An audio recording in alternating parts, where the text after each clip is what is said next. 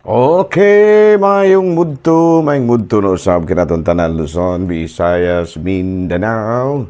Mayong mudto Philippines, mayong mudto world, mayong mudto universe. Ano na po ta mga higala, dini nga itong tulumanon sa kahanginan, CNA, Catechesis on Air. O ako lang gihapon kini inyong ubos nga alagad, Reverend Padre Edwin Academia Acab.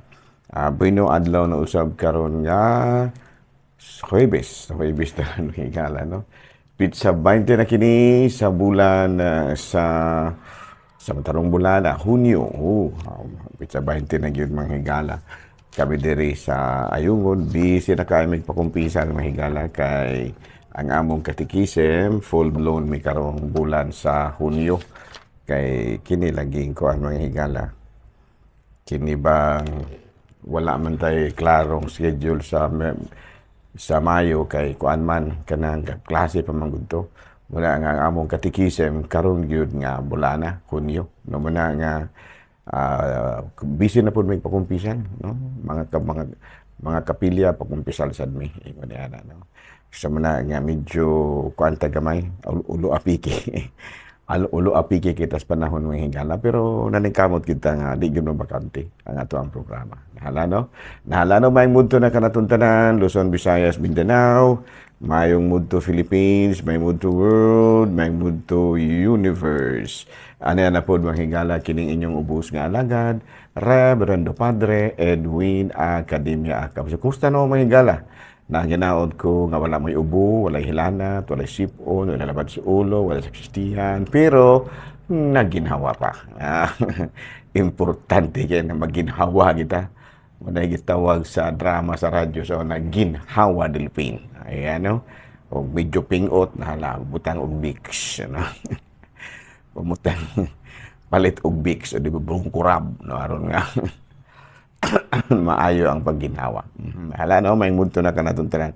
Timbayaon din nato mahigala og may mudto ang atong talahorong obispo, Bishop Polito B. Cortez, ang atong station manager si Father Ramaata, diri sa Sibulan, naging sa ang atong station manager dito sa Actin, Pasay, no, si Brother Elmer Lugatiman.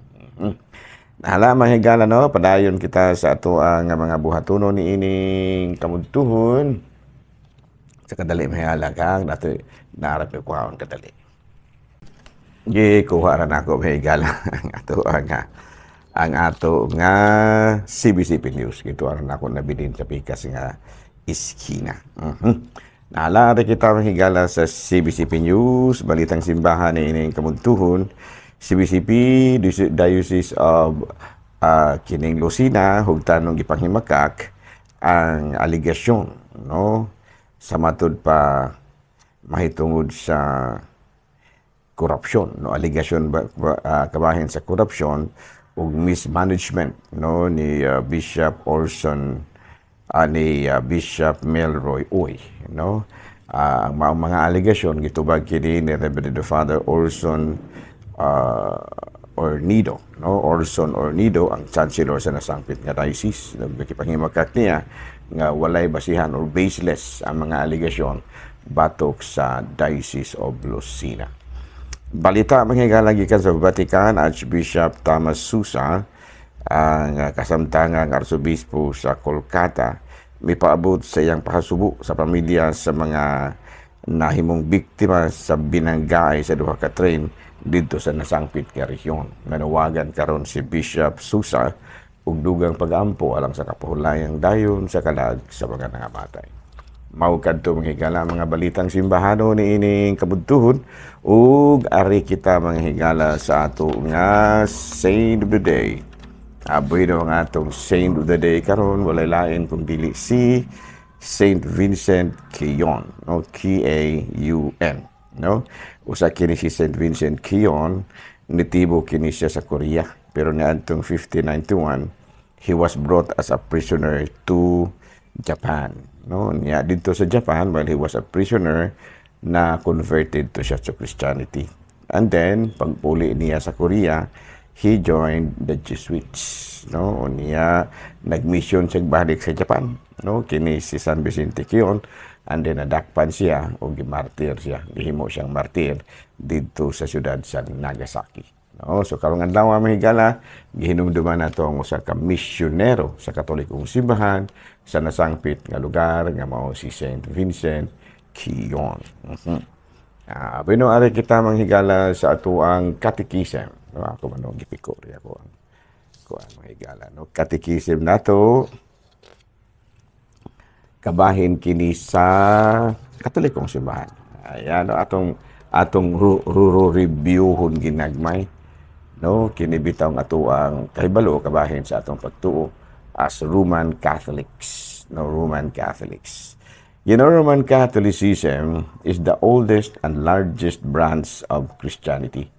Kita ang pinakadaghan ug pinakadugay na pinakakaraan nga sikta sa Kristyanismo. No? And imagine we are more than 1 billion Catholics worldwide, and the Roman Catholic Church is led by the Pope. Yan kasamtangan nga Pope nato mao si Pope Francis, and the Pope rules from the Vatican, which is a separate country inside Rome, Italy. Ayan, no? Unya, as Catholics, we believe that the founder, ang nagtukod gyud sa Katolikong simbahan, ang Roman Catholic Church, mao gyud mismo ang atong Ginoong Jesucristo. Ang atong gibasihan niya na mao ang atong mabasa sa Mateo kapitulo 16, versikulo 18 sa 20. Busa sultihan ko ikaw si Pedro, o ibabaw na ining bato, tukuron ko ang akong simbahan, ug bisan gani ang kamatayon dili gayud makabuntog niini. Ihatag ko kanimo ang Yahweh sa gingharian sa langit. Ang imong idili dinhi sa yuta, idili usab dito sa langit.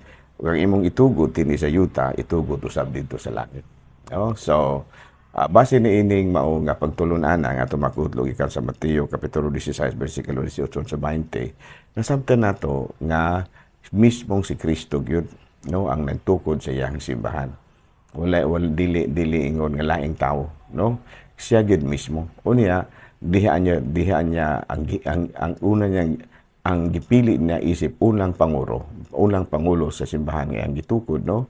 Kana bitong iyahabang gibatang nato og caretaker mao gyud mismo si San Pedro. Unya nasayod kita kung kinsa ni San Pedro. Si San Pedro mao ang pinakauna nga Santo Papa, no? Na dito kinitukuran ni Kristo dito sa Jerusalem. Ug gani ang dito gyud magsugod ang Kristyanismo sa Jerusalem, dito sa lugar sa mga Israelita. No? Klaro ba? Sa ito pa, ang Katolikong simbahan di ay matud pa gitukod mismo ni Kristo. Nya hangtod karon, dili lang si San Pedro may gibinlan, no? Gibinlan ni sa atong Ginoong Jesucristo sa pagtudlo sa simbahan. Nundili ang tanan gyud nga mga apostoles. Matud pa sa Mateo kapitulo 28 bersikulo 19 sa 20. Tungod niini, no, nagkanayon si Kristo niyang giingnan ang iyang mga tinunan. Tungod niini sa inyong pagpanglakaw, himua nga akong mga tinunan ang tanang katawhan sa tibuok kalibutan. Bunyagi sila sa ngalan sa Amahan, sa Anak ug sa Espiritu Santo, ug tudloi sila pagtuman sa tanang isugo kaninyo, ug hinumdumi maguban ako kaninyo sa kanunay hangtod sa katapusan sa kalibutan. Sa ato padili lang di ay si San Pedro mo ay gitahasan ni Kristo, kung dili ang tanan gyud nga mga sumusunod, mga apostoles. Ingon ni ana, no? So nahimo nga mikaylap ang pagtulunan ni Kristo tungod sa iyang mga apostoles nga padayon nga nanudlo. No, gani hangtod karon gipangtudlo pagyud gihapon, no? Kay gani kun atong basahon sa unang ikaduhang sulat ni San Pablo nga sa Tesalonica kapitulo 2 bersikulo 15, busa mga igsuon barug nga maligon sa barug nga maligon ug pabilin kamo ug kabilin diha sa mga gikabiling pagtulunan ug pamatasan nga among gitudlo kaninyo bisan pinaagi sa wali o sa sulat, no? Karatong basahon na higalas in English, no? Stand firm to the traditions. Stand firm to the traditions which sa tubang higala, ha? Stand firm to the tradition, no? Sa to pa matud pa gipaklaro gyud sa atong nila ni San Pablo nga ato yung puyan, no, ang mga pagtulunan nga gibilin nila, no? Stand firm through the tradition. Ingon niya, no? Ito ka nang mabasa sa 2 Thessalonica chapter 2 verse 15. Ingon niya, no? So kita mga higala ang pagtulunan nga gibilin ni Kristo, kita gyud mo igit alang kanatong mga sumusunod ni Kristo, no? Mga sumusunod ni Kristo, mga Katoliko ba, mga Katoliko, Roman Catholics, kita mga Roman Catholics man ta. We belong to the Western Church, no? Kanang gitawag natong Roman Catholic, duha man na, no? Kanang Eastern Orthodox o kining Western Church, no? Kining gitawag natong Roman Catholic Church, ganyan, no? So na nga giawhag kita sa atong Ginoong Jesucristo nga barugan gid nato ang mga pagtulunan nga gitudlo ang giawhag kita sa nila ni San Pablo nga barugan gid nato kun unsa ilang gipanudlo, pinaagi ba sa pulong o sa buhat, ganyan, no? So muna nga sa atong pagka kining pagka-Kristiyanos, doon yung mga gipangtudlo, no? Doon yung mga gipangtudlo kanato nga angay natong batunan, no? Isip mga Kristiyanos ato yung batunan, no? Sa mga pagtulunan nga gitudlo, matud pa kung atong basahon sa kining mga gipangtudlo sa atong Ginoong Jesucristo, matud pa niya, no? Ato gyud nga barugan ang mga gitudlo sa mga anyang gitudlo kanato, no? Matud pa niya, no? So tihan ko kamo ikaw si Pedro ug ibabaw ni ining bato tukuron ko nga akong simbahan ug bisan gani ang kamatayon dili gay makabuntog niini. Ihatag ko kanimo ang mga yawi sa gingharian sa langit, ang imong idili dinhi sa yuta idili usab dito sa langit, ang imong itugot dinhi sa yuta itugot usab dito sa langit. Sa ato pamaminaw kita kun unsay gipangtudlo sa atong simbahan, no? Kay matud palagi matud pa sa Mateo Kapitulo 28, versikulo 20, tungod diini sa inyong pagpanglakaw, himua sila nga ako mga tinunan, o tinunan, himua ang mga tinunan ang tanang katawhan sa tibuok kalibutan, bunyagi sila sa ngalan samahan anak sa Espiritu Santo, ug tudloi sila pagtuman sa isugo kaninyo, ug maguban ako kaninyo sa kanunay hangtod sa katapusan sa kalibutan. Sa ato pa, ditudluan kita. Ang mga gipangtudlo kanato matud pa diri sa ikaduhang sulat ni San Pablo ngadto sa Thessalonica Kapitulo 2:15, ato yung barugan, no? Nga malig-on ug magbabilin kita diha sa mga kikabiling pagtulunan ug pamatasan nga among gitudlo kaninyo pinaagi sa wali o sa sulat. Katupag ang mga gipangtudlo kanato sa mga apostoles angay gid nato nga puy-an, angay nato nga kanang gitawag na tugtahuron tungod kay aduna naman sila katungod nga giwili ni Kristo alang sa pagpanudlo. No? Klaro ba? No? So, din lang una kita kutob ha, mga igala. Ako lang gihapon kinino inyong ubos nga alagad. Reverendo Padre Edwin Academia Cab, manamilit na usab kaninyo ug manalangin kanato ang Dios makagahong tanan, Amahan, Anak, Espiritu Santo. Good noon, Pilipinas.